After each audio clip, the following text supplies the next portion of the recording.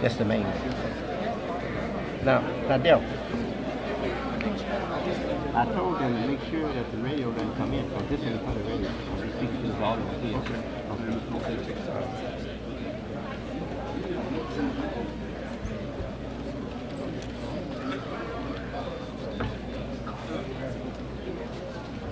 We had technical problems, and we won't be able to go on the air. We're not able to get it cleared. Those things happen. And we do have persons who know what they're doing here. In fact, my nephew, Brother Jarvis, Sister Amina and Jarvis' son, most of you know him. He's been in the business for a long time.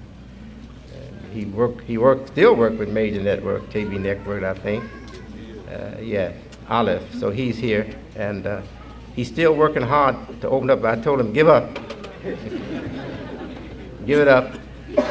And we're going to address our audience here that we should begin with at 4 o'clock, so you just begin early, that's all. We'll begin early.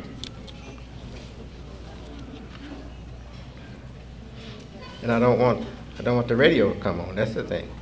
They're not supposed to hear what I say to you all here. And that is serious. Because we're going to say things here that you understand. And you've been following me in it for a long time. But the public, they're not, you see. So we don't want that to go out to the public.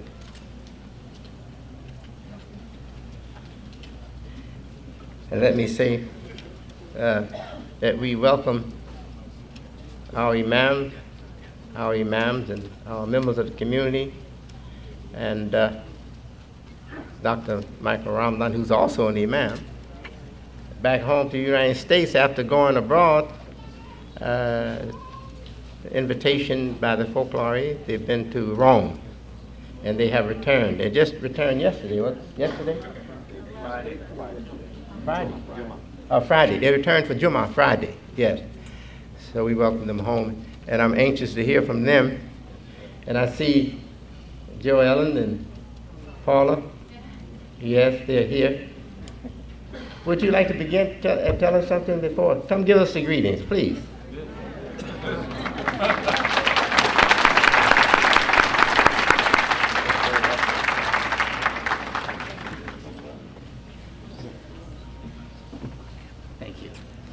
Well, Imam, after having spent a week together, we had to come back because it was such a wonderful week in Rome. But first of all, we want to tell you how much we missed you in Rome, and everybody really missed you in a particular way. Natalia, who was there representing Chiara, she really sends her love to you and to and I'm sorry I'm turning the back, but I just like to...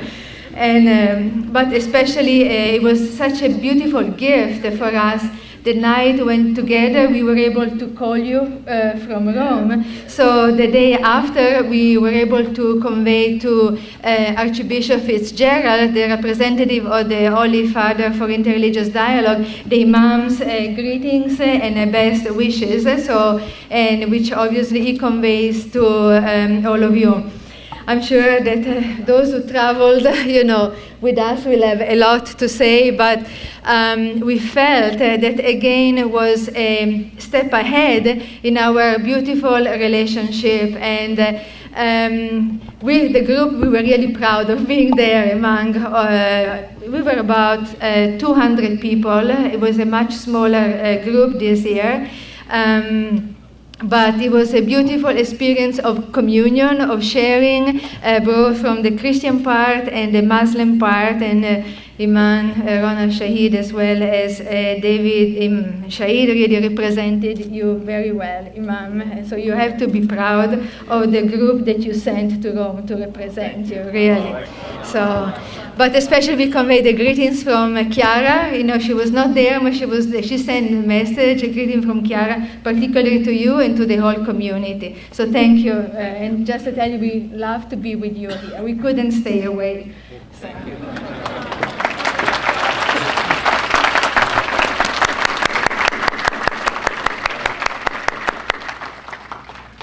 Thank you. Yes, we do have a beautiful relationship, and it began that way. Has continued that way, and it's going to grow even more beautiful, I do believe. That's our desire, to see more happen for our relationship, that we grow, as they say, as folklore people say, as we grow as a family, as family. We are one family under God, and that's what we should be, and we have to help each other, and we love that relationship. Yeah. Yes, Imam Sultan Salahuddin was with the group. I didn't know that when they left, but he also was there. He also was in the group. They went to Rome. And you all look rested, like you didn't travel. I travel sometimes, and it takes a lot out of me. Especially with some parts of the world you travel, it's hard. It's really hard on you, and not developed as other parts. As the Vatican, you're very peaceful there, and you just feel like resting. They keep you busy, but sometimes when I was on a trip, I wanted to tell them, "Can you let me enjoy this just a little longer? Can I join you in 2 hours?"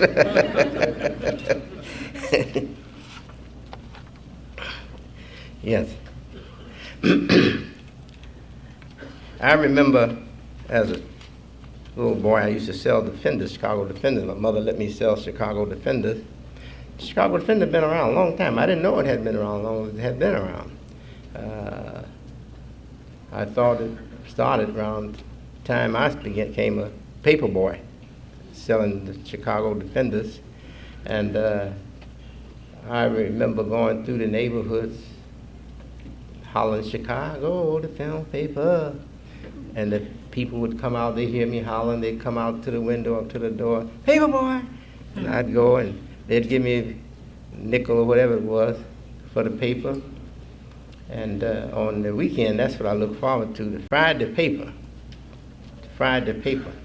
That Friday paper, now I'm a little boy, but I knew what sells, you know. I found out from experience what sells. And what sold that paper was a pretty woman on the front cover. So whenever a pretty woman was on the cover, I knew I was going to make some money. They buy the paper, especially the bed buy the paper. Pretty woman on the cover. And I remember billboards, and I was young but older, in my teens, and in fact, even much later. But I remember billboards when I was a boy, maybe 12, 13 years old. And you come out and see billboards, all the billboards in the African American neighborhood, a black neighborhood, got white women selling cosmetics, cars, cigarettes, liquor, white women. And they're pretty. The business people, they know what sells too. Just like I knew what sold at the Chicago Defender, they know what sells too. The cosmetics or whatever it is. Pretty women. And I said to myself, why do these white folks put all these pretty white women in our faces? As soon as we come outside and see a billboard, pretty white woman, and then tell us, stay away from their women.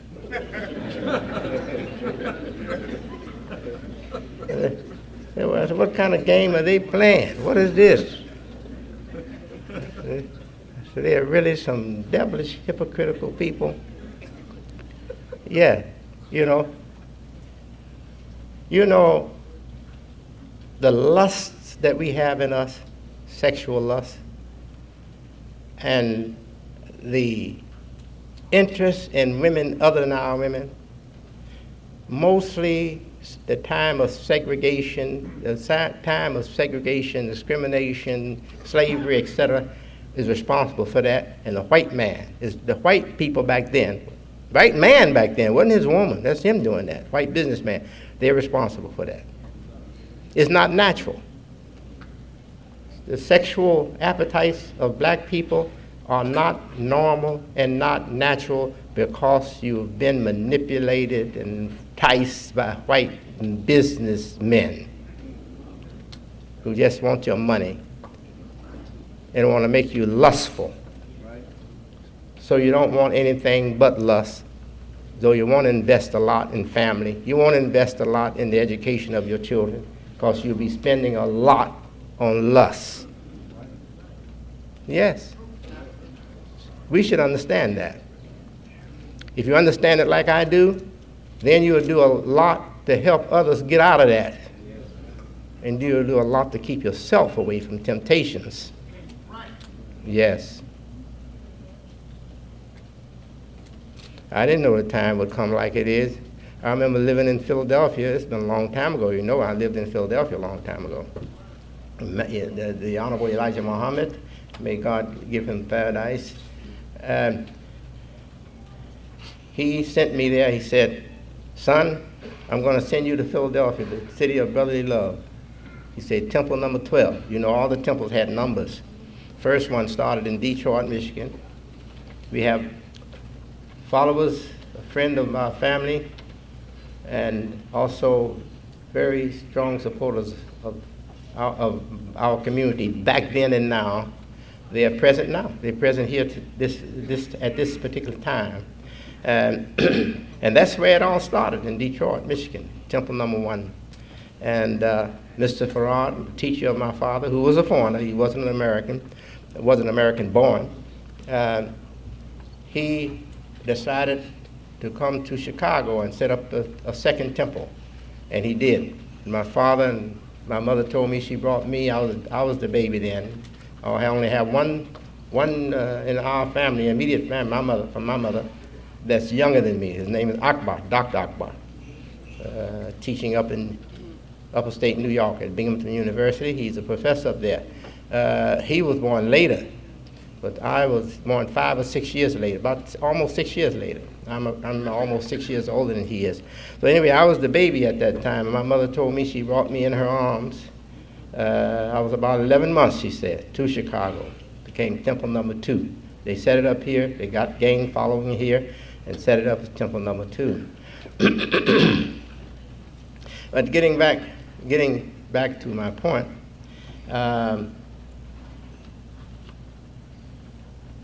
I saw nothing in the public establishment or the businesses in the public establishment, in the private sector. I saw nothing to inspire me or to make me have any kind of appreciation for our value in America. There was nothing. Everything was white folks. Everything white folks. Now that has changed. That's a big change. That's a big change. You go out now, these big companies, they don't use white folks, they use our women in our neighborhood. It's our women you see on the billboard. That's a big change. And that's healthy for our psyche. It's healthy for our mind, our spirituality, to see ourselves and not others. And you know, in slavery time, I used to preach for the Honorable Elijah Muhammad in the Nation of Islam as a minister, a young minister, early 20s. And I used to say,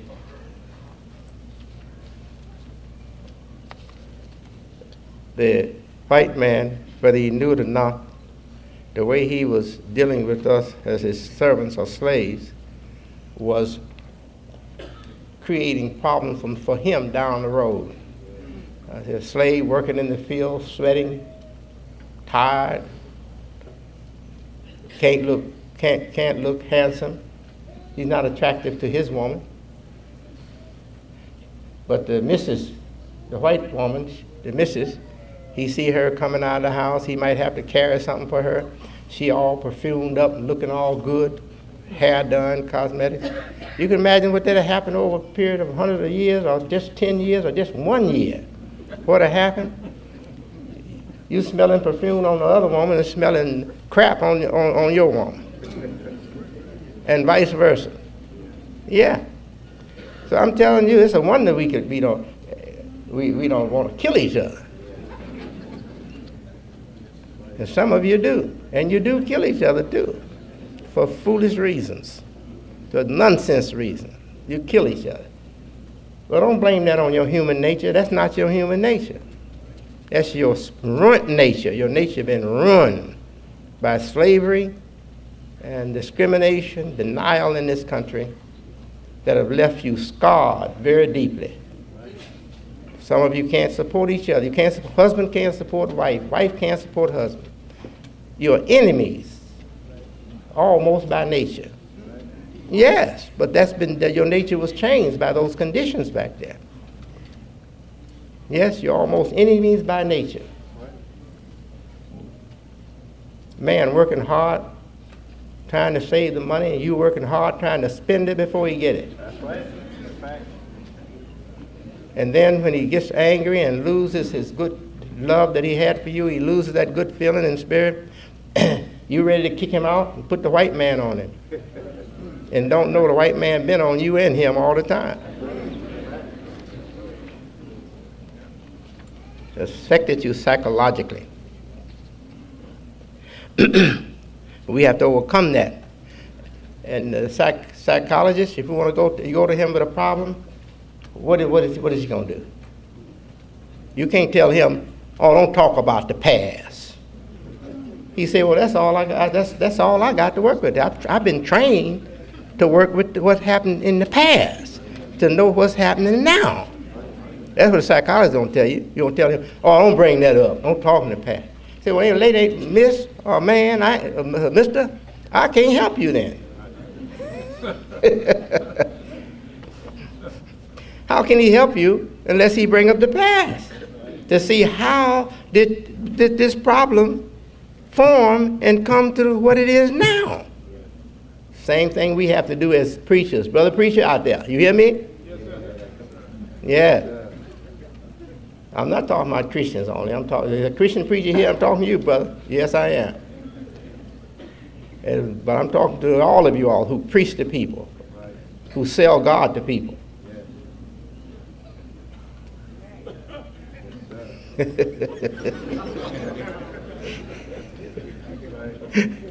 It's a shame. Yeah, you got to talk about the past. They're making it a taboo, making it against the law for us to bring up the past. I feel it out there in your audience right now. As soon as I start talking, I felt the change in your spirit. Oh, what is he doing now? Where is he coming from now? Doing the same thing we always try to do if we represent God in religion, trying to heal you.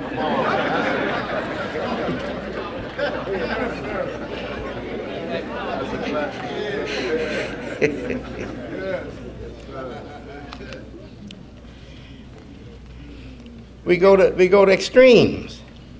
Some of us want to pretend that nothing happened good. America hasn't changed. How shameful. You're not giving our people any credit for the price they paid to bring change. And you're not giving the good white Americans the price they paid to help us enforce change. So you're shameful. That's one extreme we go to. The other extreme we go to, that when we give up that, we're afraid to look back. Afraid to look back. You're not convinced enough in your acceptance of America to look back. You're afraid if you look back, you're going to reject America. And I don't want to reject it. I'm comfortable now accepting America. So please, Brother Imam, don't talk about the past. Well, if you're that weak, brother, and that fragile, I want to see you crack up. You shouldn't be with us. No, we want men, firm men with us. You have to be strong enough to look back and look clearly at everything and keep going forward with faith in yourself and faith with the good America. Faith in the good America. Yes. Then we can make it. We had a nice ceremony out there this morning. breaking the ground, getting ready to put up a building. Yes, but hold up. Don't you know it's going to take supporters, loyal supporters, to keep the place running, to keep the place operating? It's going to take loyal supporters. You just want to see something happen and then you go back into your own ways, taking all your money to somebody else's neighborhood, spending it and strengthening their tax base, strengthening their town, making their town great, and leaving your town neglected financially. Your paycheck goes out into another people's neighborhood. No, we can't have that. Look, for the African American who carries the ghosts of slavery on his back like a drug addict carries a monkey on his back. We can't succeed with just business. You have to have religion. And you have left religion. Religion now is just a fun thing for you. Just go have a shouting time. And then come back and repeat the same old life again, Monday through Saturday, and then Sunday or whenever you go to church or the Jummah. Go get a spiritual charge and get right back to the old funky, neglectful life again. We can't have that.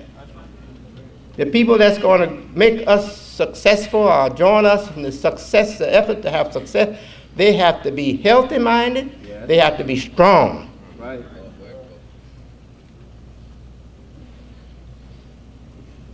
We might not get many, but a few can do more than the many can do if they are nothing but burden and trouble.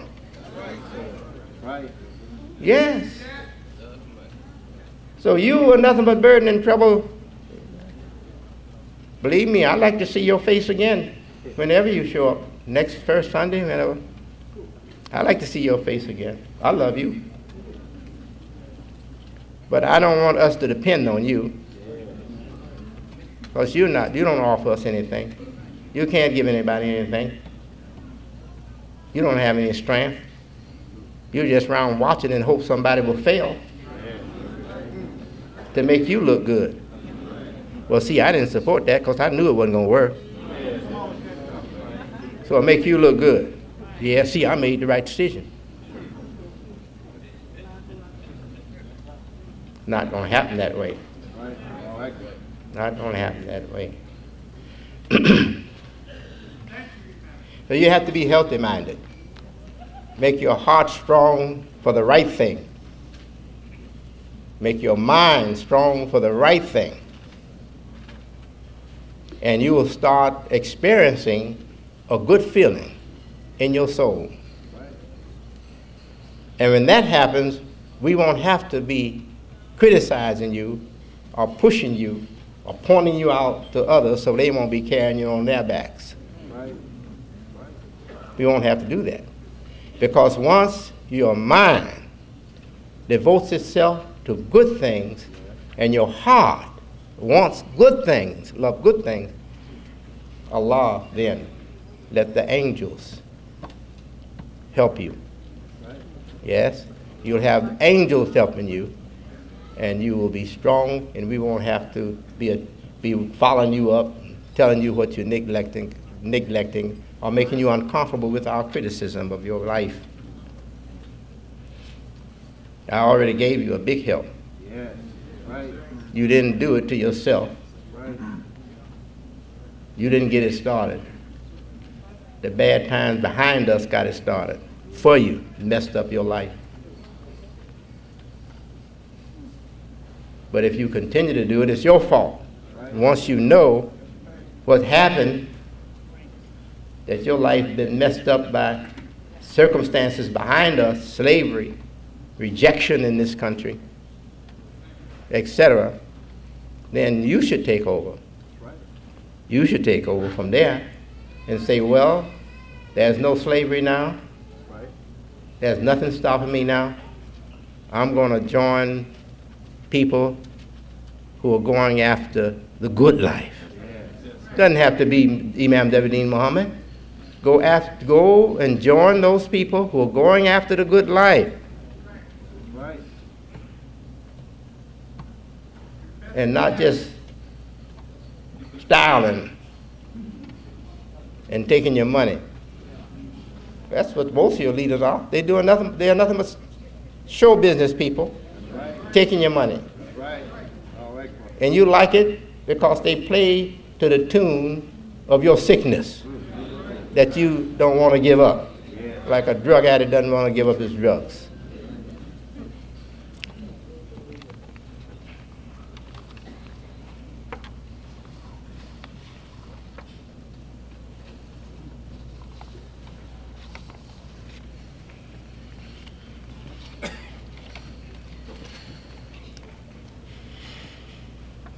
True religion is the light. Right.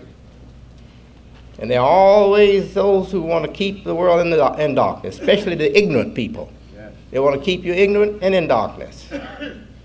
And they are the people who want the material things more than they want the spiritual side.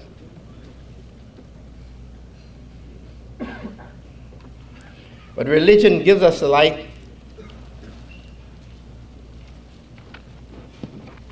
The great religions, they tell us of a beginning that was like heaven. We call them the heavenly religions sometimes. The Abrahamic faith religions are the heavenly religions, are heavenly faiths. Judaism, Christianity, and Islam. And there are some others that we should include too, I think. But these are the ones that we have a scriptural tie to. Jews, Christians, and Muslims are scripturally tied together. Scripturally tied together. You hear me?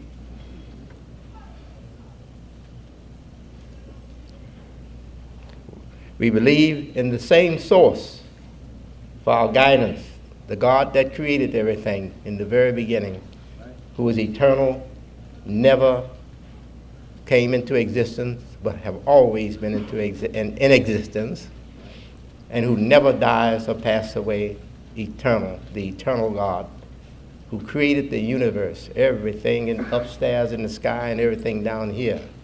That is the God we believe. That is the source of revelation. Revelation comes from him. Right. And we believe in the prophets, the messengers, the prophets that he raised for the good of the people. We believe in them. We share this with Jews, Christians, and we are Muslims, having the same. And we believe that life for human beings began in heaven, or began in a garden of paradise. Eden is called too, in a garden of paradise. Right. Now, this picture of the beginning of life is not only back in time, but it's now. Yes. Every baby born is born in heaven or in a garden of paradise All right. until it wakes up in your funky room or apartment or house or neighborhood and loses all contact with paradise.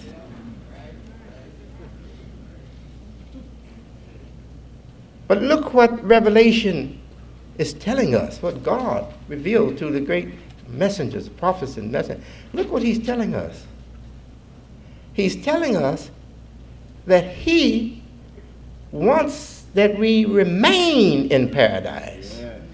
and that we not make decisions in our hearts, first in your heart. That's where your decision goes wrong. First in your heart. It goes wrong when first in your heart. Now you're going to impose that logic or that reason or that rationale that you use to support that decision. You're going to impose it upon your mind. And when it's comfortable in your mind, then you impose it upon your heart. Yes, sir. Say, now, heart, be at ease. you're not committing any sin. So you can do wrong and not feel pain. You want to be comfortable doing wrong. This is what happened to our father in the garden. He was seduced by the serpent, or by the Iblis, the shaitan, Satan.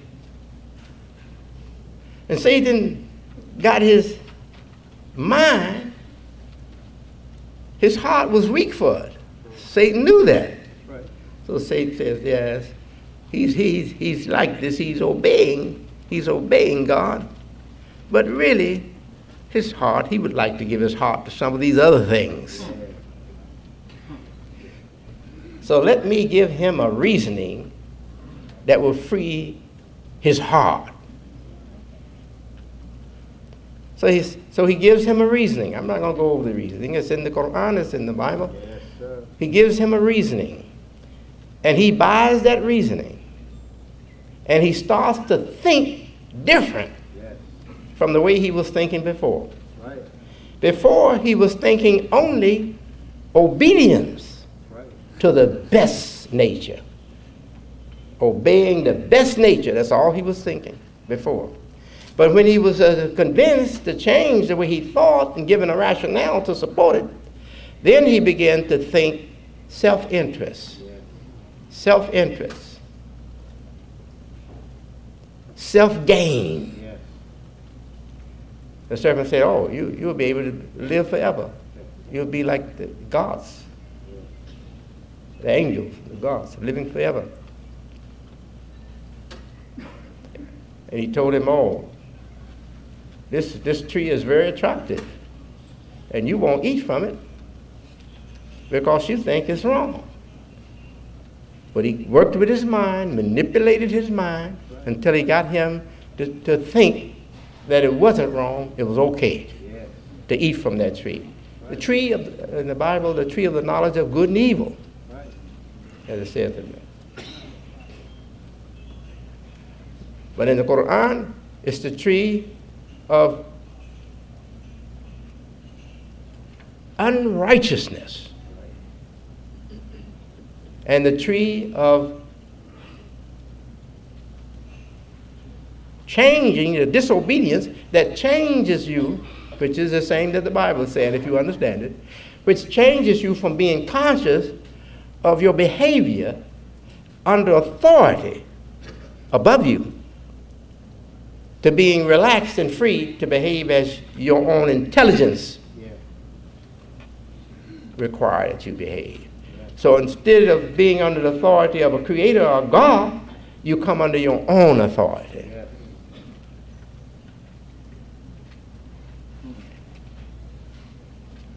says, and be careful of him who caused your parents to come out of the original clothing that God put them in. And the Quran doesn't leave us guessing. It says the clothing of righteousness.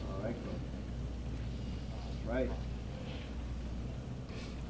My focus is paradise, Eden, heaven.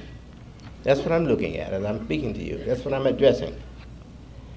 Now, why is this idea given to us? Look, Mr. Farad said, the earth is the home of the original man. The home of the original man. He didn't say the land. He didn't say the country. He said the home of the original man. Now, let's see, can we understand or travel along with Mr. Farad in his thinking? If we can imagine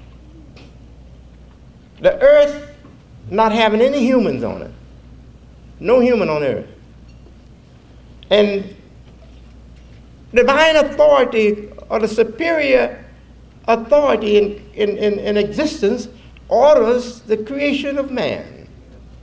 And the first man is formed alive on earth. Tell me, where is that man's home? That man's home is the earth. Nobody there but him. He's not sharing it with anybody. That's his home. Whole earth is his home. Say, well, the animals were there. Yes, but he's above the animals. Human intelligence is above the animals. And they end up protecting, human beings end up protecting. I hope your speakers are on. Okay. Human beings end up protecting the animals. Human beings end up using the animals, protecting the animals. Human beings become the responsible life over all other living things. So it was his home. And what did he have in his home? Monkeys, apes, birds, everything. Fish, all that was in his home. And it's still in your nature. You want a fish bowl in there. Some of you want a monkey cage in a cage. You want the birds to sing. You want to give cage to the bird and have him sing to you. Some of you even want some rats and roaches. So you put drop food all over the floor and leave it so you could have rats and roaches. You want a little animal kingdom right in your house, you know.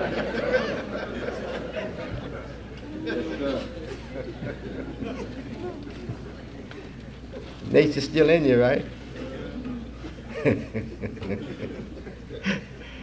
But God wants you to keep it a paradise. Right. Huh? Right. And he charged the man to be responsible for keeping it a paradise. Right. So what is the message? The message is that God created man to be responsible for his living space. Now, you don't share the whole earth anymore by yourself, but you got a room, or you got an apartment, or you got a house, or condominium. You got somewhere you live. Man, let me tell you, if you want to respect what God created you for, respect your living space. Right. And don't blame the wife if the floor is nasty. Right. You mop the floor. Right. Don't blame the wife if the whole place smells like the bathroom. Make the bathroom smell like a rose garden. And the whole house smell like a rose garden. You do that. Let me tell you, I'm serious. I'm not playing piano for the women now. Don't think that. Brothers, as much as your woman is taxed to take care of your children, please follow the ways of the prophets. Right. And our prophet is Mohammed. Right. He was seen cleaning up house, sweeping the floors, taking care of the house. He didn't say that was a woman's job. He helped her with that. All right? He helped the wife take care of the house. He was seen shopping for the house. So she gave him a grocery list. How many of you all get grocery lists? Some of your wives work 2 jobs while you style and pimp.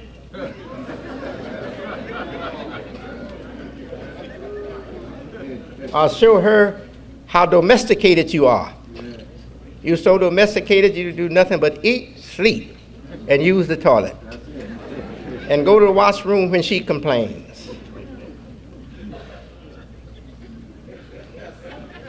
Stop taxing her and start sharing the burden. And you will feel good. Look, your nature needs this. Your life needs this.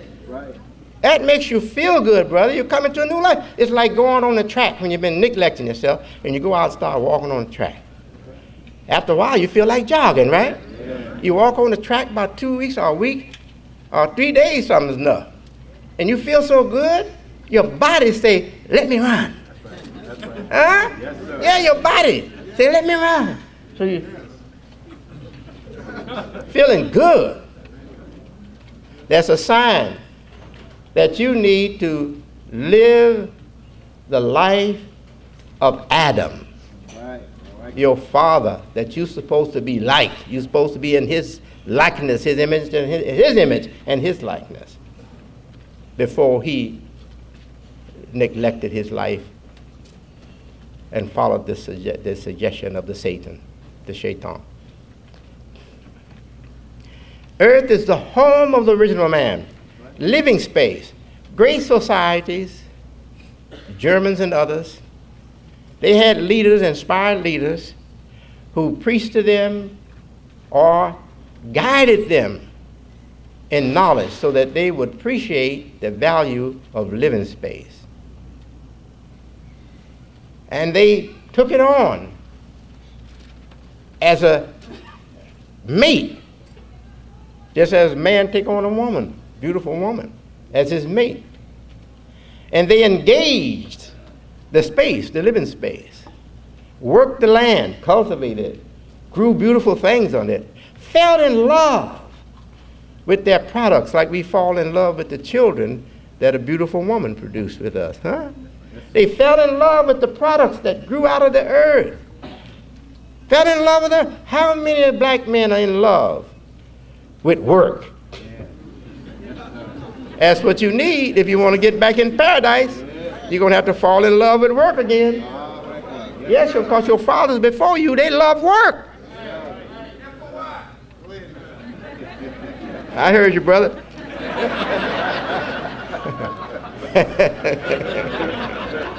That's right. He's right. But the same one that designed that order for the Nation of Islam, the FOI and MGT and all that, was the one that told us Earth is the home of the original man.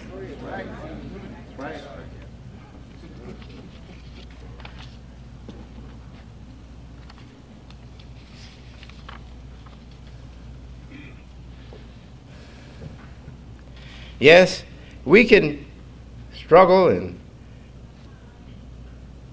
attempt a big achievement or big task and maybe succeed in making a big showing, but we'll lose it. We'll keep failing if we don't change how we think and how we behave. We have to change the way we think and behave. Your behavior for success should be more important than your fun time. Right. Yes. Sir. Because it's going to give you more pleasure in the long run than any temporary fun time can give you. Right. No. Whatever it is, sexual, riding a horse, or a fine vehicle you buy. I don't know what's giving you all the pleasure, but whatever it is giving you pleasure, it can't give you the pleasure that community success can give you. Yeah. Lord. When you wake up in the morning knowing that your community is thriving, Yeah. knowing that you got businesses that are thriving, Yeah. and knowing that you got professional people that's growing in number Yeah. in your community. You're getting more builders, you're getting more bankers, you're getting more doctors, you're getting more lawyers, you're getting more painters, whatever. Yes. Oh, you wake up, nothing can give you happiness. None of those temporary things that you think is happiness can equal the happiness that you get when you wake up and know your house is in order, Yeah. your neighborhood is in order, Yeah. your image is pleasant to your soul and pleasant to the intelligent people of planet Earth. Yes. All right.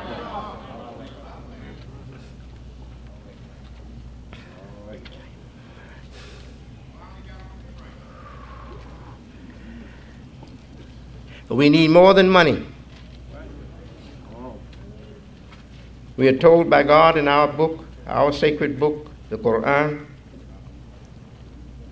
never will God change what is bothering a people until they change what is in their own souls, meaning your heart and soul. You have to change your heart. Have a change of heart first. Stop loving those things that just waste your life and waste your money and waste your future. Yes. And devote yourself to those things that preserve your life, Yes. elevates your life, Right. and makes your future brighter. That's what we have to do. Right. Right.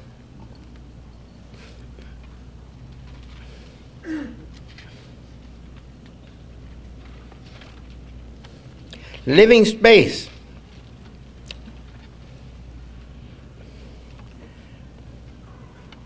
When you neglect to do what you're supposed to do for your environment, it affects you the way you are affected when you neglect what you're supposed to do for your own body. Right. If you feed your body garbage, your body is going to suffer. Right. It's going to have pain. You don't take care of it, get too heavy, it gets too fat, it gets ugly. It makes you ashamed to go out of the house. You don't even want to go outside anymore. Right. You used to have 22 waists, 34 breasts, 37 hips, and now you look like one big glob. You don't want to go out of the house, you're ashamed to go out of the house. You can't. So your behavior have put you in jail. Right? I mean, literally. Your behavior have put you in jail.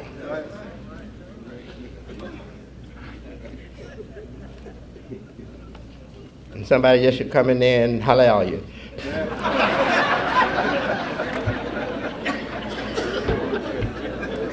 I didn't say Zabiha.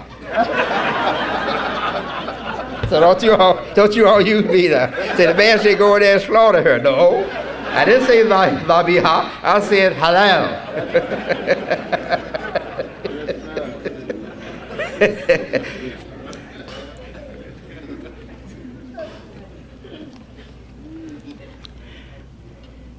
You know, we're living in a different time for living space. I'm telling you, I'm being serious. We live in a different time for living space. Living space is shared more now than ever before in the history of human life. That's right. Living space has to be shared. Sir. And it's just a matter of time before the intelligent rulers or leaders that we elect look at this problem seriously and say we've gone as far as we can go with this kind of life. Right. And they're going to order a change of life. Right. They already have done it in a secret way to eliminate the weak. Right. But you ain't dying fast enough for them.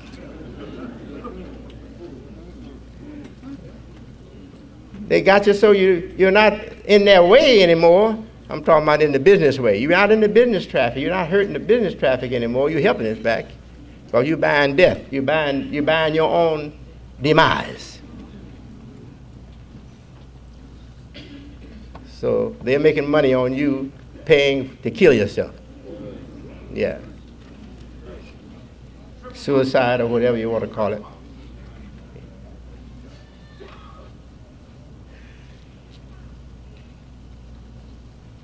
They're going to have to bring in a change one day soon. And when they bring in a change, it may be a sin punishable by death to do some of the things that you're doing right now. Yes, sir. That can happen. Yes, sir. Yes. And usually when the little man like me speaks a thing that's in nature, the big ones pick it up and they ain't long before they execute it.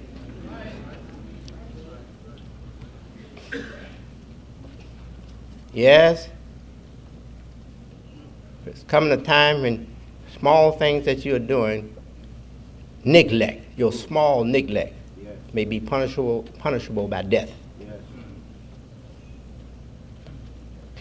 I can see them digging holes with bulldozers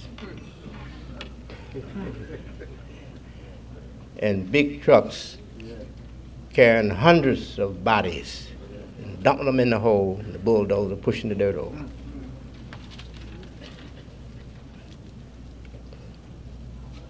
And reported in the newspaper. The next day you read the newspaper headline.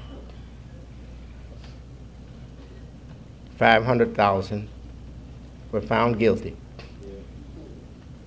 of these serious, they won't call them small neglects or minor, serious neglects, violation of the public good. And they were injected. They went to sleep peacefully.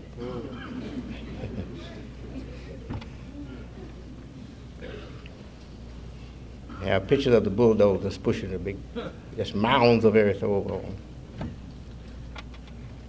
And have Deputy Mohammed on 6 o'clock news saying, Allahu Akbar! Good riddance!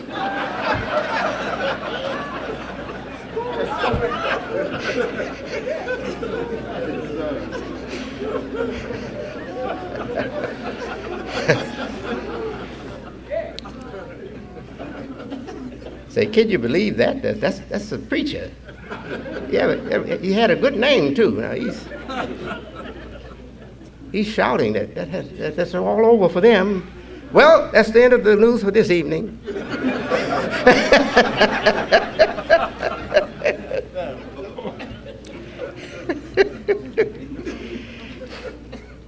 No, you can't go along like this. Believe me, life can't keep going like this. There's an end to it, and the end is here. Life can't keep going like this. And that's why God got me and others trying to wake you up before it's too late. Life can't keep going like this. You have to come back to your original nature that God gave you. You have to love your life that God gave you as a gift from God. You couldn't make it. Love yourself and your life as a gift from God. Put in your responsibility, and you should be responsible for it. If you don't eat right, your body suffers. If you don't clean yourself, your body suffers. If you don't exercise this body, your body suffers. So if you don't take care of yourself, you suffer. Your body depends on the environment. Your body needs living space to eat in, to sleep in, to move about in. If you don't take care of that living space, you suffer. So these two things are taken together. They're mated like man and woman, husband and wife. They live together. And if you don't take care of it, you suffer. And when you're sharing it with us, we all suffer. Yeah, that's it. I go through the neighborhood, people just dropping trash. I'm telling you, I remember one time when I was young, I heard the police officer made pretty good money. I was thinking for a little while of being a police officer. I'm glad I didn't do that, because I'd be locked up. I'd be in jail. Yeah. I saw, look here, I'm walking out in the public. This person takes that paper plate that they eating out of, with the bones and meat and whatever they left in it, and they drop it right in front of me on the public way. Oh, I'm telling you, if I was a police, I would have got suspended, because I would have sure put a whipping on that person.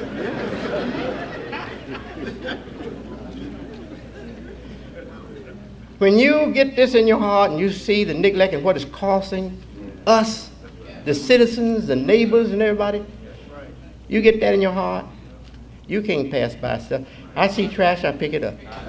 I just look and see how far I have to go to a trash basket. That's what I look at first. I see a trash, then I look around for a trash bag. Sometimes I take this trash home.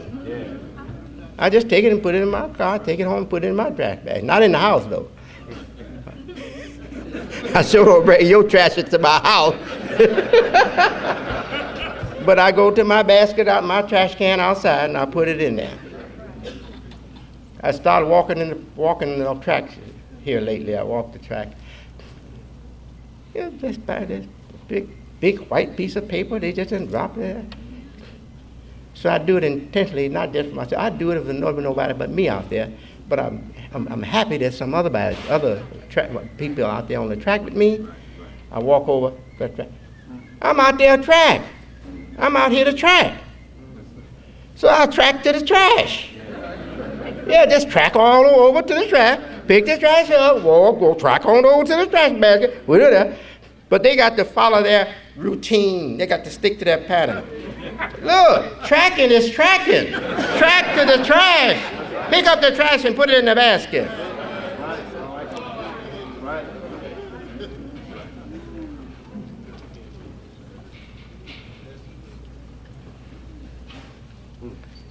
Go through the right neighborhood.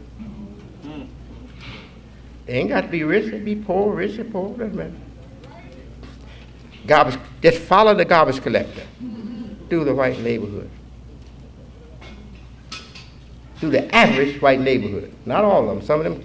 Some of those they've become sick like a lot of us. Some lot.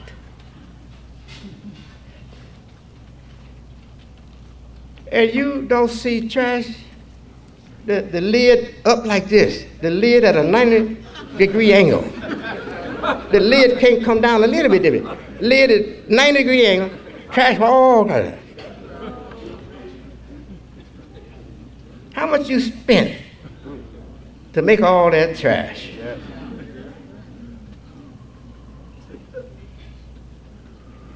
Now look, when they lift your trash,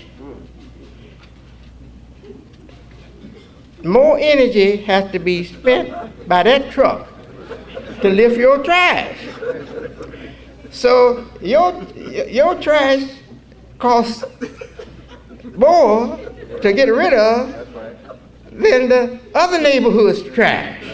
Okay?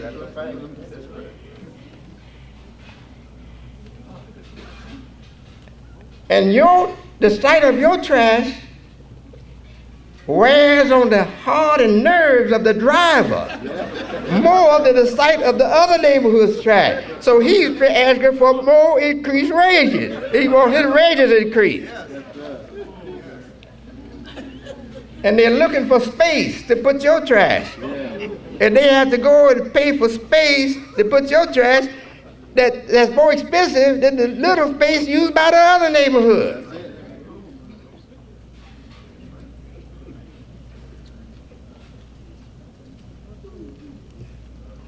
Then you say, how come it costs us so much to live in our neighborhood? And how come these prices are so high in our neighborhood? And how come these taxes are so high on the black people? You need your ass whipped.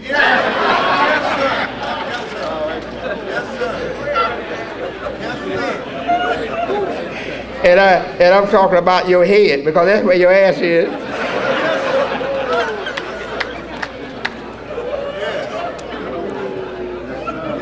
Oh, he's a nasty mouthy man. No, I'm not. How you spell how you spell ass? A-S-S, right? Look it up in the dictionary.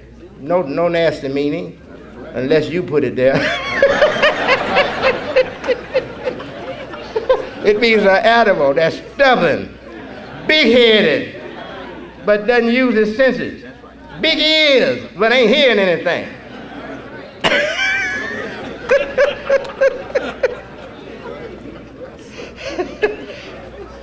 Ain't got the skills to do nothing but carry a load, but complain all the time. That you owe your existence and the existence of all things. You owe him for all of that. Give your heart first to him, and then it will know where to go from there. Your own heart will know where to go from there. If you perceive God correctly, and you give your heart firstly to God, I repeat, your heart will know where to go from there. Is there any support from that in our holy book? Yes. So whoever holds on to, there is but one God. Though they be in hell, eventually they will be delivered from hell. Yes. And that's where we're in. The way we live, the way we behave, the way we think, we're in hell. And all we need to do is turn back to the one God who's responsible for all the wonderful things that we survive upon, and for the guidance that carries life forward in the best way. Turn to him and give your heart firstly to him, and nothing else will be able to steal your heart or take your heart. All right. All right. And Satan is out to get your heart. Always. Satan is out to get your heart. Right.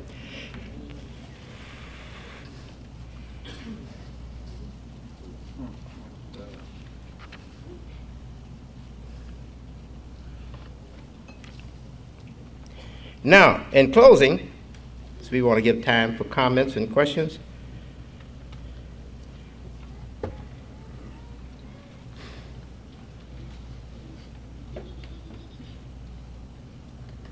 I don't want to see anybody suffer, and I won't be responsible for forcing anybody to do anything. But I'm going to ask you all to voluntarily pledge and obey, fulfill your pledge, that whatever we supply you with, if we can get it to you, and you don't have to pay more for what we purchase of your needs than you pay already in the circumstances you're in. And I believe we can bring you better quality and you pay less than you're paying now in the circumstances you're in. But if we can just meet whatever you pay now in the circumstances you're in, I'm going to ask that you make a pledge that you will not buy anything from anybody until you see if we have it and buy it from us.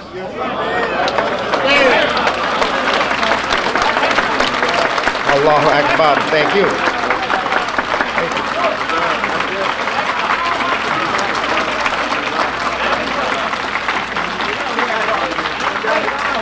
I said anything. You want a new car? Let us know in 2 years or in 1 year or 2 months you're going to need a new car. And let us know. You want a new house? I don't care what it is. You let us know. You're going to need a couple of new suits? Let us know. Underwear, whatever it is, let us know. And let us tell you first that we are not in position to supply you with this now, before you go to somebody else. And I guarantee you, if you do that, you'll be in paradise pretty soon. And I'm not talking about material paradise. I'm talking about your soul will be in paradise, because your environment is going to be made beautiful by this guidance that God has put in us through those before me and through me. Thank you. Peace. Assalamu alaikum.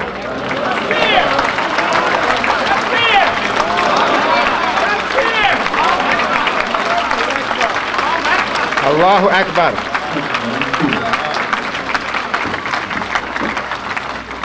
I'm going to take comments and questions. You have to come to the mics.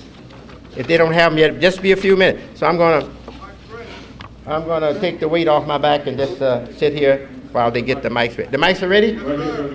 Oh, great. The mics are ready. So anybody have a question or comment, please come quickly to the mic, because we have a limit on our time.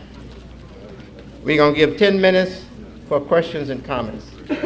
And please, make it short. Quick thinking, fast moving, right down to the morning time.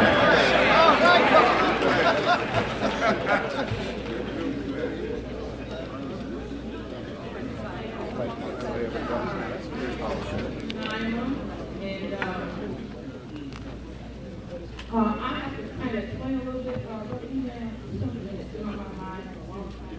I wondered about male-female relationship and how our women are being reduced lower than the low. How our women are being?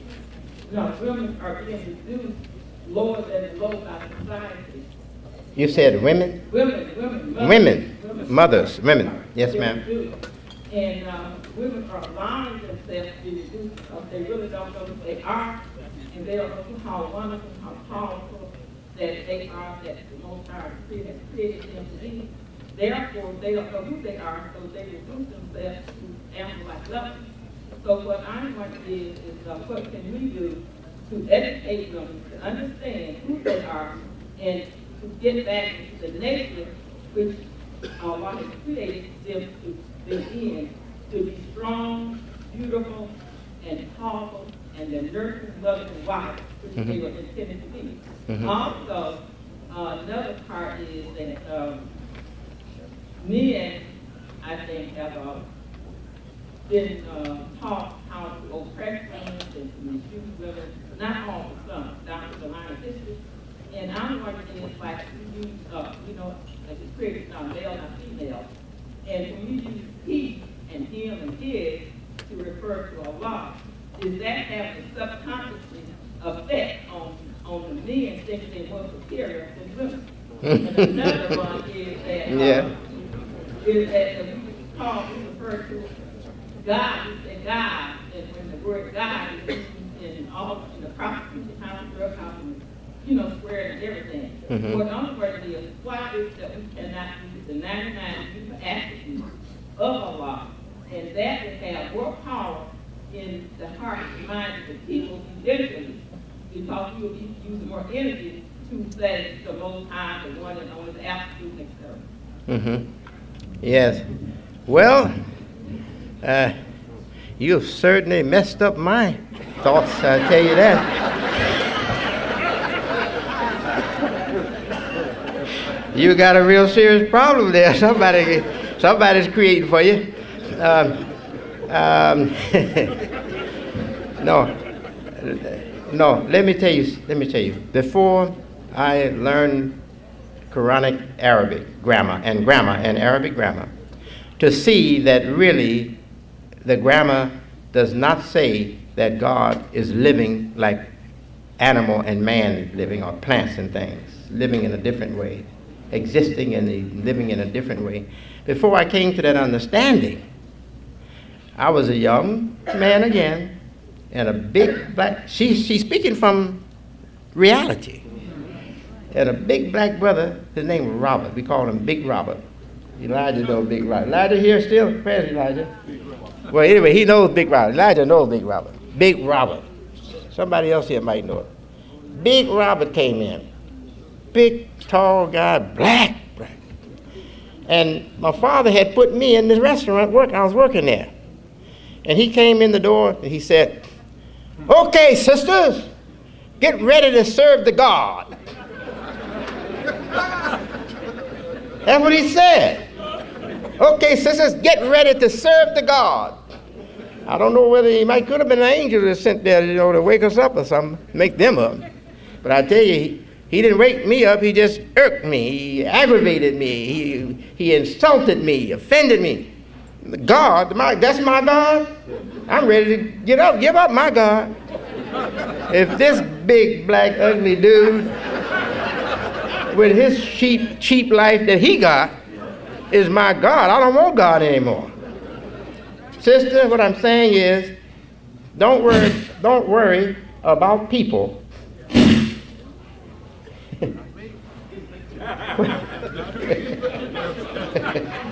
Now look. Let me tell you something, Speaker, if you don't know how to speak any better than that, if you want to bear witness, please don't make this sound like you're passing gas. Now that speaker heard me. Believe me, speaker heard me. I don't know if it's going to respect what I said or not, but the speaker heard me. Yeah, sister, please do not worry about Allah, how people are going to take Allah. Only the deranged or the wicked will find trouble in the name Allah or God. Our own nature. So black man, you think he's that? No, he's imposing that thought upon himself. He's artificial in his thinking, and he knows it. Every time he goes home and go to the mirror and look at himself. Every time he relieves himself in the washroom, every time he goes to bed and sleep and doesn't know whether he's going to wake up or not, he knows he's not God. Don't worry about that. We don't have to worry about people thinking they're God. We just have to worry about people knowing the greatness of God, so they'll respect God as God should be respected. So don't worry about it. But let them be a psychoanalyst. Be a doctor of the mind. And help them with your own knowledge and intelligence to see their own ignorance and foolishness. That's what it is. It's ignorance and foolishness. All right. Next, please. Yes, sir, Brother Lee. Yes. I've been taught all my life to be a man with the word of nature, the word of found. And first Sunday, I told you that I was compiling a book, the first one to be released. And I got them compiled thanks to the help that I got at the last minute from our long-standing executive secretary, Steve Black, sitting up here. Wonderful. I've been reconnected and started compiling the documentation of the historical nature of those things that transpired. That starts this book, one of the fourth of the four. What's the name? Our title. Kind of go back from the mic just about an inch. Yes, sir. Take it, yeah. Okay. AKA standing for also known as. Uh-huh. And the three names, Abdul, Wasi, Rasul, Leonard Wiggins, my born name, and Saeed Sassani and Raquan. And the book describes the creation of these three individuals from the start. The book describes the creation, the design, of the creation of these three individuals. I'm not hearing the last words. Could someone help me with that? Describing the great design. What? I think I heard him say the design of the book by three individuals No, yes, sir. That I represented in that he created. The guy who was created. I couldn't have wrote this if it weren't for your father and through you and the other ministers that he wrote, giving me the strength.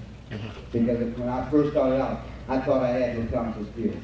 The truth that brought me to the nation of Islam, who have asked Elijah Muhammad, peace be upon him, got me the strength to create these three individuals and try and go in a positive direction for myself and my community. And I want to give the Imam the first rough draft, and I'm coming to him first, as he said earlier, so that it can be introduced to my community, and then our community grow through the product of this. Okay. I will be very pleased to receive it and view it and get back to you with my response. You can give it to the security. Yeah, I'll read it and get back to you. If not sooner, you got an address or something in there? Yes, sir. I'm in contact with your daughter. Which one? Layla? Jewel introduced me to your daughter working with final. Layla? Is my daughter Layla? Which one? Bakira, Layla, and Gina? I believe that's the last name that you mentioned. Maybe in Gina? Yeah, okay. So I will go over it and get acquainted with your material, and I'll give you a response. Right. And I pray Allah that you be successful. Okay. Yes, next please. Assalamu alaikum. Alaikum assalam. Brother, now, a couple of years ago, you had told us at one of the conventions that you would have some information forthcoming on the land trust for the Muslim community, for this community, for the believers that have land and property that they wanted to give to this community. And you said you were working out the formalities and the legalities on that. And do you have that information for us, or inshallah will be forthcoming? No, I don't. But if we have to handle it individually, if someone submit their intention to us to have us, the mosque cares, it would have to be the mosque cares, to be responsible for their property, then the mosque cares could form a trust, and any properties any other believers would have later that they would want the mosque cares to be responsible for, we could establish a trust. If we could establish a trust, and the trust would protect the property for the mosque cares. That way, the monies it would never be lost. The value would never be lost to individuals or other organizations. It will stay for the mosque care. A sister lost her home recently, and it hurt me because all she had to do was come to the mosque cares. The mosque cares would have taken over her notes so she wouldn't lose the property, but she would have to give the same thing that whatever happened to, but if she lost it to a mortgage company or lost it somewhere. So if she had accepted that the mosque cares become the owner, as she would never have had to move, she could have stayed in that house, and we would have kept the house and kept her in the house. Yeah. So, yes, ma'am, you're welcome. Thank you. Thank you for bringing it. Yeah. I believe if you want to will property to this community, that's my main concern. Yes, we when we receive this, I'm replying, but when we receive, we have to go to an attorney. We have a commercial attorney, a business attorney. We'd have to go to our attorney and make sure that the language is all legal so that it's protected. But I'm just giving you my understanding, my language. I'm speaking from my knowledge. Yes, you could will property to the mosque cares, and the mosque cares would have to form a trust. Yes, ma'am. All right. I think they call it like a perpetual trust. The trust stays all the time and never changes. We die, it stays the same. Next generation, whoever responsible for the mosque cares, they'll receive the responsibility and never go to any individual or to any other organization. It stays for the mosque cares. Other religious organizations, they have this. Many of them, big ones, especially the big ones, they have huge trusts. And the Muslims who come from abroad, we call them immigrant Muslims over here. Those who come from abroad and establish their life over here, they have trusts to protect their properties. Yeah. Well, we can actually save each other money. We can save each other misery. You don't have to be put out of your house. Why? Now, if you do that consciously, you're committing a big sin. If you consciously let stranger take your house rather than trust your own community with your house, you're committing a big sin. And you're keeping us from helping you. But some of us, I tell you, that plantation ghost is something. Some of us would rather see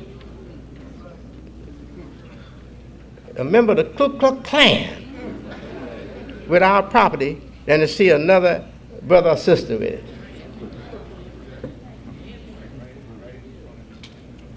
Yes, next please. Assalamu alaikum. Alaikum assalam. My question pertains to as we as individuals learn what gifts that are directly pertaining to the individual vessels that we are chosen in. Is it a sin to become organ donors, or that which, like I have beautiful eyesight and been told that I have good hearing?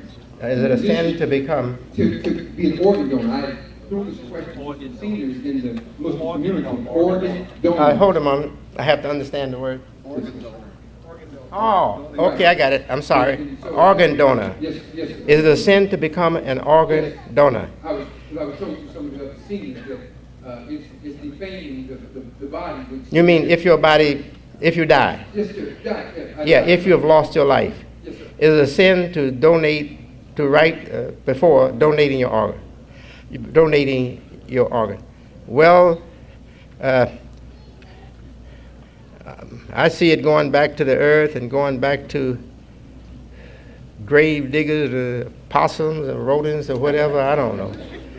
To me, that's worse. But each individual has to make that decision for himself or herself.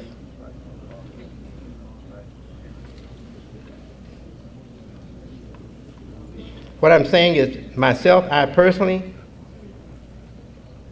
would like to see a deserving person get any of my organs, they can have my toes, they can have my eyelashes, anything that they can use, they can have it when I die. I won't have any need for it anymore. And it's going back to earth anyway. It's going to be decomposed. And Allah says, when you die, first He says, they say that how is we going to have a resurrection when we have become bones? Allah says, though you have become bones or something harder in your imagination to be resurrected, you shall be resurrected.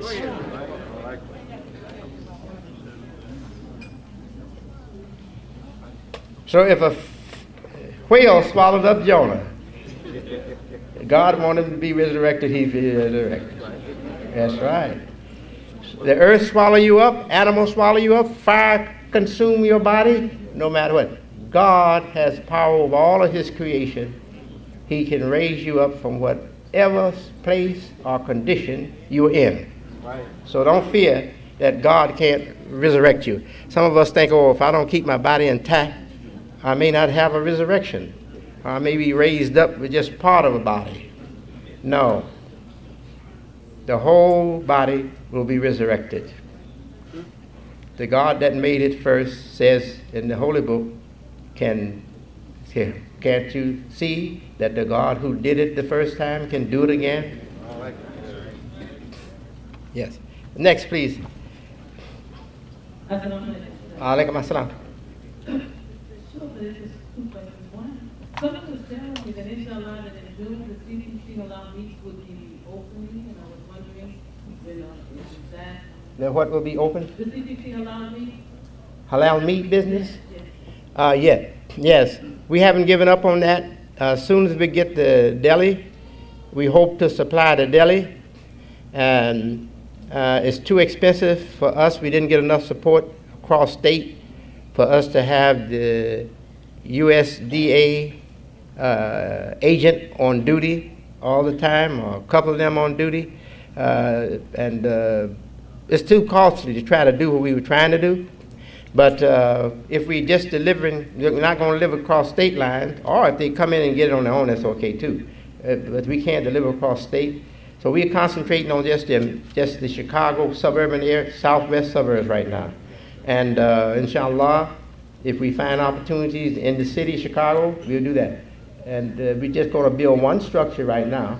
And if we can supply that structure from the facility we got now, our processing plant, and get it thriving, get it so it pays off and bringing in profit, we're going to be looking at other opportunities to rent, not to build, to rent storefronts or whatever, and we're going to multiply these outlets. And inshallah, eventually we'll have many outlets for our products. We will have it in this area. Well, we have a brother, his name is Akbar Salam. He's of New Jersey, Newark, New Jersey. He's been in the processing business, had his own business for now, I think, going on 30 years. And he has very fine products. So we'll be actually carrying some of his products too in our deli, in the deli. And we'll have them available to distribute too, some of his products. We also have met with a Palestinian brother here in Chicago and another one in Detroit. And they are producing fine products, very fine halal meat products. So we're looking at them too. So we're going to carry a variety. We're not going to start up the plant processing until we know it'll pay it off and bring enough money in. So even after we start it up, we're still going to carry the products of these fine Muslims who are producing fine halal products. So yes, we'll be open sometime by the convention, September. We should be operating. Alaikum assalam. I get your book in Detroit.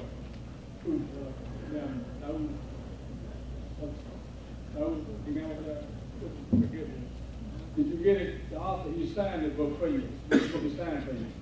What's the name of it? My skin was my sin. Hmm? My skin was my sin. Oh, yes, I have the book. Yes. I have the book, and it's excellent. The author, I'm enjoying it. I haven't read it all, but I'm enjoying it. Tell him I'm enjoying it. he autographed it just for you.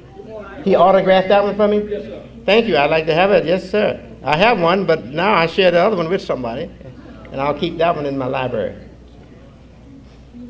Thank you, brother. It's a business card in there. Thank you. Yes. This card. It's very intelligently written. It's good reading, and it's education. I had a chance to meet the brother. Yeah. Yes. Yeah, you tell him I'm enjoying it, and congratulations on his success there. Yes, sir. Thank you. So inshallah, maybe the mosque cares we might order some from you soon. Okay.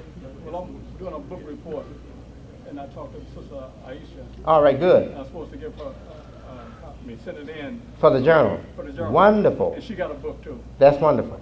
All right. That's good. Oh, I like it. Yeah, the brother sounds so much like you. He sounds so much like you. So I said, Oh, it's one of my special books in my library. Yes, sir. Alaikum assalam.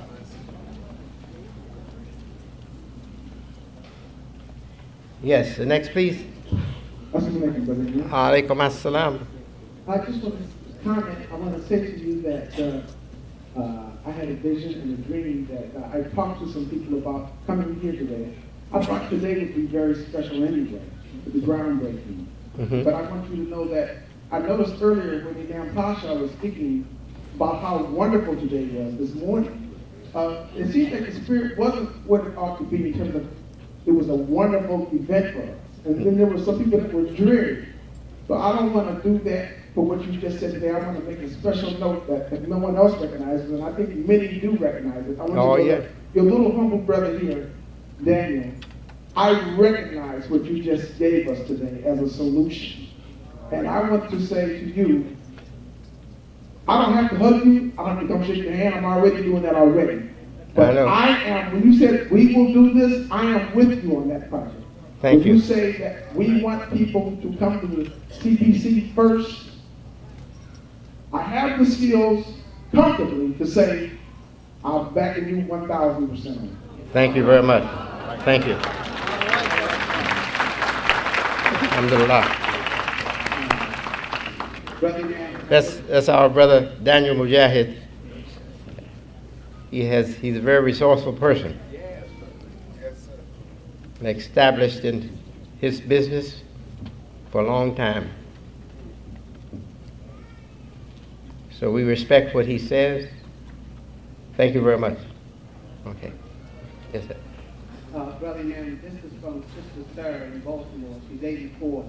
She can't make it here, and this is a picture that she wanted you to have, that she had in her collection of your father and mother.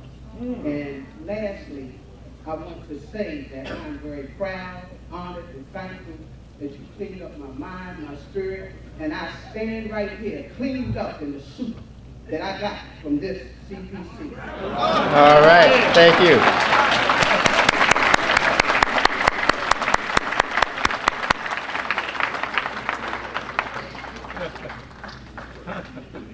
Okay. Thank you. Yes, I have to say this, touch my heart. We receive a lot of complaints that people are not hearing of. You can't answer their requests for the current. They want to get their current balances in CPC, etc. And it hurts me that we can't do this and couldn't have done it a long time ago. But we are. I want you to know, if you hear that haven't complained, we have sent out more than half of the statements. So there were 900, I believe, or more. Yeah, 900 and maybe 45 statements, investors. We have sent out more than half. We've sent out about 500. Some of you your mail have come back to us because you have changed address. So you have to let us know when you have changed address. And if you mail to CPC Post Office 2979, 167, we will get your mail. And I believe within a week or 2 weeks at the most, everybody will get to have their statements. Everybody should have their statements. So we're making progress, and thank Allah, we got volunteers not charging us a thing. And the volunteers are taking care of business. The ones we paid all our money to, all the investors' money to, left us in a mess. That's a shame. So you have to first get the person that's real, the sincere person. And that's I guess that's the best indication, the one that says, well, I'll do it for nothing. I just want to help our community. I want to help the business. I believe in it. You know, that's the best person to get. And we should reward them once we make money. We should reward such persons. Yes. One other thing I want to say. Oh, yes. This brother wrote a letter to us and show you how kind God is. You know, you're getting letters that hurt your heart.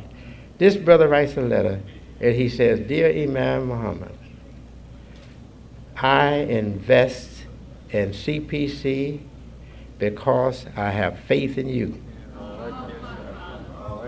He says, if you can do it, you can have my money automatically taken from my account at the rate of so much a month. That's what we just got. Just got this about a week ago. About a week ago. We got that from a brother.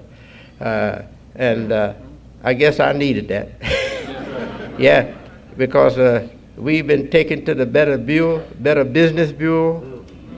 Yeah, but the people are patient, and even the one that got the Better Business Bureau on us. Intentions are good. Intentions are very good, you know. And I respect that because it's not good. We should be able to take care of business in the proper way, in the right way. And we're going to do that. We'll never be satisfied not doing that. I just want you to know that. But we do not have cash. We cannot withdraw cash.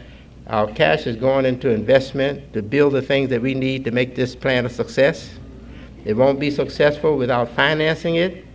And this is not a savings. I keep repeating this to you all. It's not a savings. It's an investment. And when you invest, you're the owners. Our owners are not just investors having shares. I mean, not just having shares without ownership. You have ownership, and if you all take the money out, you're throwing away your own business. That's right. I got money in there, and I'm going to have more in there. I have faith in it. I'm going to put more in there. But it can't pay me until it can pay all of us. And I'm sorry that our finances, we just cash reserves, we don't have them anymore. We don't have cash reserves. So we can't withdraw cash. Now, you can't even withdraw interest anymore. In fact, some time ago, we had to cut out the interest.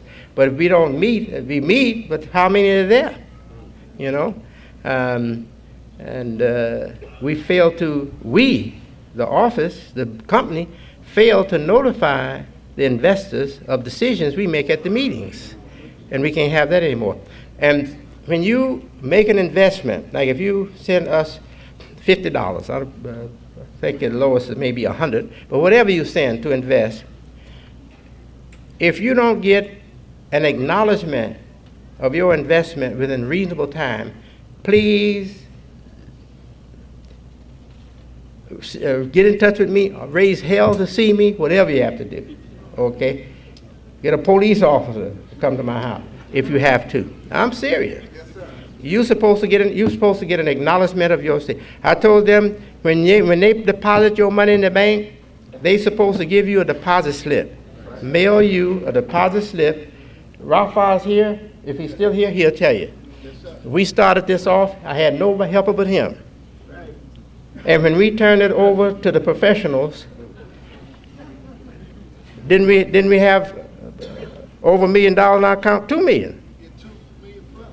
$2 million plus.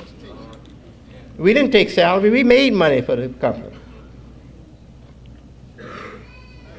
Now we have taken that money and invested in property since then, because since we took over, we bought property on 162nd Street. No, not that one. Which one we bought? 159th Street. The one where we just left this morning. So I'm not saying all that money went out the window or went to employees that didn't produce for us. The labor market for the whole United States, white and black, is shot. Hard to find workers with a commitment like we had, when we were coming up. No, we work for somebody, that's a commitment. We respect the job. We feel bad if we sit down on the job or don't earn our salary. You don't have that anymore. They come just to get a check. That's all. And if they're working in the business, the business office, I've looked at their faces. When they have income, money coming in, it shows no excitement. When they writing a check, giving somebody else our money, they feel good. Feel good giving somebody else our money and feel nothing when money come into us. So if I see that again, I'm just going to tell you, hey, you're fired. That's right, no explanation. I just see that kind of look. I say, you receiving money and you ain't happy? And you happy writing checks out? Get out of here right away. Yeah? Oh, yeah. I'm going to see that somebody be around them and help me read the faces and get them out of there as soon as we see it. Bill Gates. Yeah, we got to do it. Yeah, we got to do it. The people not like what they used to be. They're not fit for the job market. Yeah, and got education too. Have education, have office skills, but no spirit and no real sense for what business is and should be, and their respect for it. They don't have it. Anyway, you all just let me know. Now when the money comes, I got people, they volunteered, but they're good. They're going to send you your deposit slip. And Rafa will tell you that when we were receiving money back then, we treated every individual separately. We did not put your deposit in with some other deposit. Everybody's deposit went in separately. Right. And they have all that in the office and the records. So inshallah, we're going to get it straight. We'll get it right. Yes, next, please. How you doing, Auntie? Did you call me Akhi? Did you call me Akhi? You have permission to say, call me Akhi. But you don't have permission to say, how you doing, Akhi? Okay. We ain't that close. You ain't my homie. Okay, my brother, go on.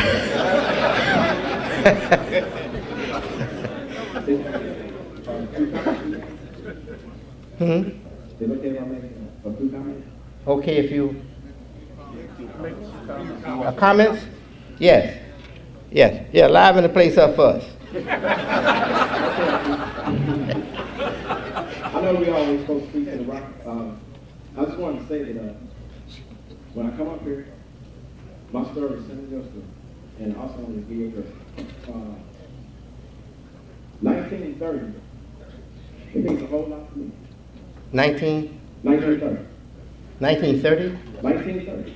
He said 1930. Yes. You wasn't born then, were you? No, sir. Okay, well, tell me what's special for you.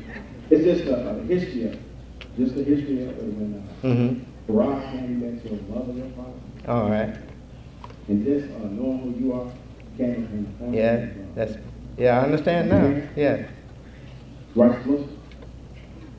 That's the reason I come up here. A lot of times it's about building like our principles. I know you're going to hand tracking and things, but there's so much history and English, but I just want to come up and give just a few comments. Today is groundbreaking. I see progress, and as the father said, I don't like Muhammad, you take a few things. She did a lot of work tonight. I just want to say that I understand the language you made. All right. The language is very changed, but I understand. I enjoy coming up here. That's wonderful. I'm going to do whatever I can to support you. A lot of best to bring my wife up here today. Well, I enjoy you coming too. And if you stay away too long, I'm gonna ask about you. It might send somebody after you. I'd like to have that guy running, but he's all right.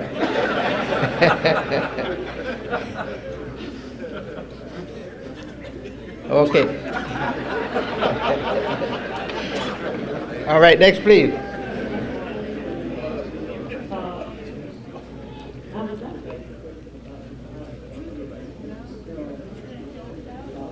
Now please speak up a little bit.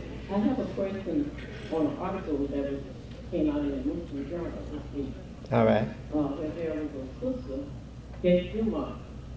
Could you explain Yeah. that to us? Yeah. Yes. There's a movement. It's a movement. It's a protest movement. They're protesting women not being permitted to lead the Jummah prayers. They sent me an invitation to come to that Jummah led by a woman.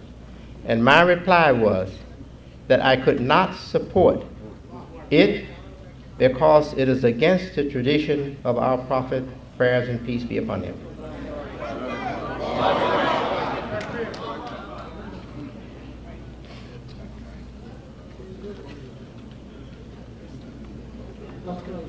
Yes, sir. It appears that the effects of slavery is affecting generations differently. Yes, that's right. Should views be